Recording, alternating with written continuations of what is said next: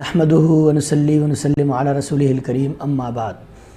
اسلامی سال کا پہلا مہینہ محرم الحرام ہے۔ محرم الحرام اور سفر کے بارے میں اکثر مسلمانوں میں غلط فہمی پائی جاتی ہے۔ بطور خاص جو اجمی مسلمان ہیں، ہندوستان، پاکستان، بر صغیر کے رہنے والے،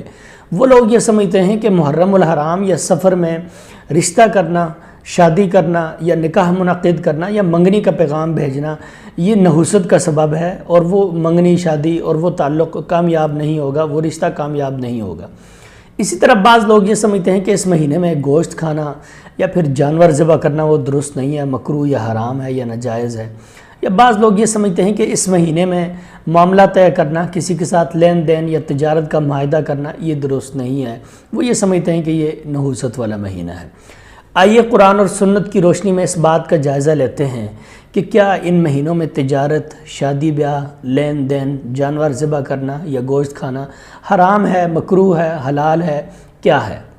سب سے پہلی بات تو آپ کو یہ سمجھ لینی چاہیے کہ ہر وہ چیز جو حرام ہے، جو منع ہے، جو ناجائز ہے، وہ ہمارے لیے گن لی گئی ہے، شمار کر لی گئی ہے، واضح کر دی گئی ہے کہ یہ چیز منع ہے، اس کے قریب نہیں بھٹکنا۔ اور حلال چیزوں کو شمار نہیں کیا، چاہے وہ دن رات، زمانہ، وقت ہو، یا پھر وہ کھانے پینے کی اشیاء ہوں، یا پھر وہ اوڑھنے بچھونے کی اشیاء ہوں، یا پھر انسان کی زندگی میں دیگر استعمال کی اشیاء ہوں۔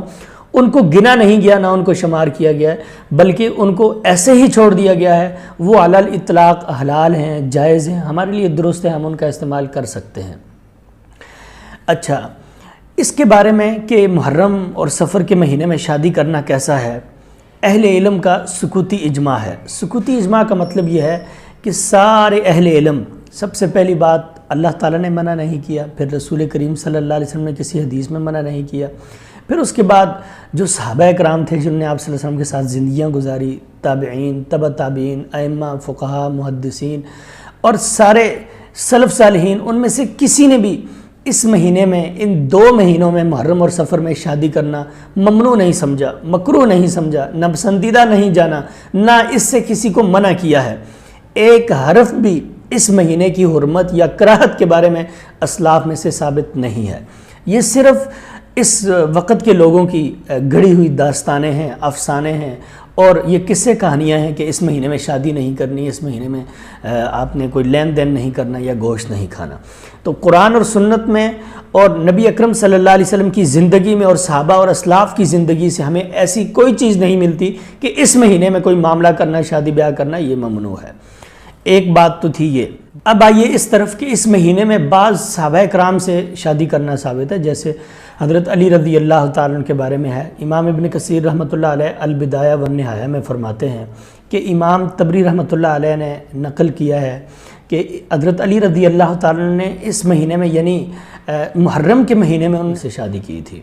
اور اس بات کو امام طبری رحمہ اللہ کے سوا امام ابن عساکر رحمہ اللہ نے تاریخ دمشق میں اور دوسرے ائمہ نے بھی ترجیح دی ہے کہ یہی بات ہے، اگرچہ اس بارے میں دیگر اقوال بھی موجود ہیں کہ ان کی شادی محرم کے سوا دوسرے مہینے میں ہوئی، لیکن راجح بات یہ ہے کہ حضرت علی رضی اللہ تعالیٰ نے حضرت فاطمہ رضی اللہ تعالیٰ عنہا سے محرم کے مہینے میں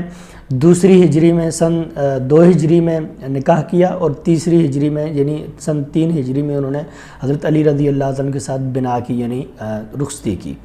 تو اس طرح اسلاف سے جب یہ ثابت ہے کہ اس مہینے میں شادی کرنا درست ہے اور انہوں نے کر کے دکھائی، ان کا عمل موجود ہے، تو یہ بھی اس بات کی دلیل ہے کہ اس مہینے میں شادی کرنا درست اور جائز ہے۔ ایک کانسیپٹ ہمارے معاشرے میں یہ پایا جاتا ہے، ایک رجحان یہ پایا جاتا ہے کہ چونکہ اس مہینے کے اندر حضرت حسین رضی اللہ تعالیٰ عنہ نواسہ رسول کی شہادت ہوئی ہے، لہٰذا محرم الحرام میں احتراماً ان کی شہادت کے پیش نظر شادی نہیں کرنی چاہیے، اور نہ ہی خون بہانا چاہیے، نہ کوئی جانور ذبح کرنا چاہیے۔ تو اس سلسلے میں عرض یہ ہے کہ حضرت حسین رضی اللہ تعالیٰ کی شہادت بلا شبہ مظلومانہ تھی، اور ہر مسلمان کا دل ان کی شہادت پر دکھی ہوتا ہے، اور ہر انسان کو اس کے بارے میں افسوس ہوتا ہے۔ لیکن کیا کسی کا کسی مہینے کے اندر شہید ہونا اس بات سے منع کرتا ہے کہ اس مہینے میں شادی نہیں کرنی، یا آپ نے جانور نہیں ذبح کرنا، یا آپ نے خون نہیں بہانا؟ کیا نبی اکرم صلی اللہ علیہ وسلم کی وفات اس سے بڑا حادثہ نہیں تھا کہ آپ صلی اللہ علیہ وسلم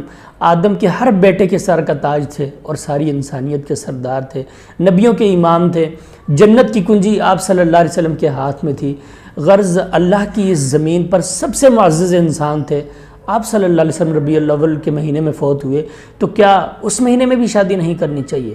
اگر یہی طرز، یہی عمل اپنا لیا جائے کہ فلاں مہینے میں ابوبکر رضی اللہ تعالیٰ عنہ فوت ہوئے، فلاں میں علی فوت ہوئے رضی اللہ تعالیٰ عنہ، فلاں میں حضرت عائشہ رضی اللہ تعالیٰ عنہ فوت ہوئی، فلاں میں فلاں فوت ہوئے، تو اس طرح ہمارے اسلاف کی تعداد ہزاروں اور لاکھوں میں ہے، اور سال کے دن 360 ہیں۔ ہم شادیاں کب کریں گے، اور ہم معاملات کب طے کریں گے، اور ہم لین دین کب کریں گے؟ اس لیے کسی بھی انسان کی نیک یا بد کی وفات اور اس کا اس دنیا سے جانا یا شہادت اس بات کی دلیل نہیں ہے کہ اب ہم شادی نہیں کر سکتے یا ہمارے لیے معاملات منع ہیں۔ رہا مسئلہ سوگ کا، تو اسلام نے سوگ کے دن متعین کر دیے۔ متوفی عنہا زوجہ، وہ عورت جس کا خاوند فوت ہو جائے، اس کے لیے مخصوص ایام ہیں، وہ اس کی عدت ہے، وہ ان میں اچھے کپڑے، جو نئے کپڑے ہیں یا جو بناؤ سنگار ہے وہ نہیں کر سکتی۔ اسی طرح اور لوگ ہیں، اگر کسی عام بندے کی وفات ہو جائے تو 3 دن تک سوگ ہے، لیکن اس سے زائد اور پھر ہر سال اور پھر صدیوں بعد کسی بھی صحابی کا، تابعی کا، نبی کا، کسی بھی نیک شخص کا، امام کا سوگ کرنا، یہ قرآن و سنت کا سبق نہیں ہے، نہ یہ اسلام کا طرز اور طریقہ ہے۔ تو اس لیے ہر مہینے میں بشمول رمضان، محرم اور جو 4 حرمت والے مہینے ہیں، ان کے ہر ایک مہینے میں شادی بھی کی جا سکتی ہے، منگنی بھی کی جا سکتی ہے، اور لین دین بھی کیا جا سکتا ہے، جانور بھی ذبح کیا جا سکتا ہے، سب کچھ کیا جا سکتا ہے،